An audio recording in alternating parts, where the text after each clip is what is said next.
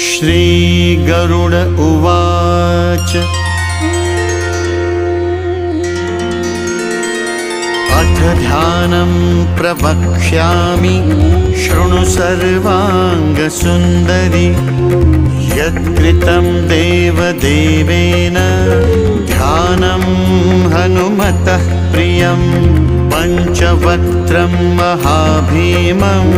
त्रिपञ्चनयनैर्युतं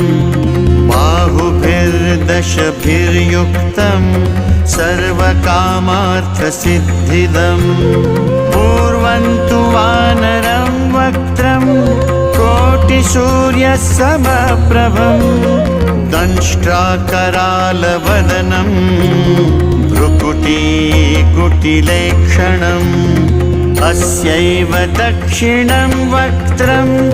नारसिंहम्